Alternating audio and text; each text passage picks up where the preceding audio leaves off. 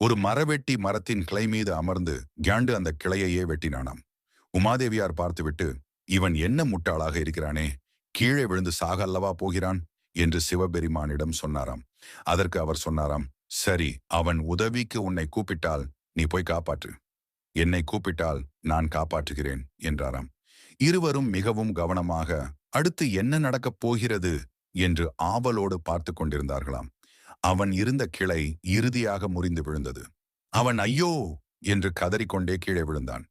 விழுந்த வேகத்தில் செத்துப்போனான். உமாதேவியார் என்ன இறந்து போனானே என்றாராம். அதற்கு சிவன் சொன்னாராம், அவன் யமனின் மனைவி ஐயோ வை அல்லவா கூப்பிட்டான். அதான் ஐயோ வந்து அவன் உயிரை எடுத்துக்கொண்டு போய்விட்டார் என்றாராம். இதனால்தான் எந்த செயலை செய்யும் போதும் ஐயோ என்று சொல்லக்கூடாது என்பதற்காக நம் முன்னோர் கூறிய கதைதான் இது. நமக்கு தெரியாமல் நம்மை சுற்றி தேவதைகள் தேவதூதர்கள் இருப்பார்களாம். நாம் சொல்வதற்கெல்லாம் ததாஸ்து அப்படியே ஆகட்டும் என்று வரம் கொடுப்பார்களாம். இனி பேசும்போது மிக கவனமாக பேச வேண்டும்.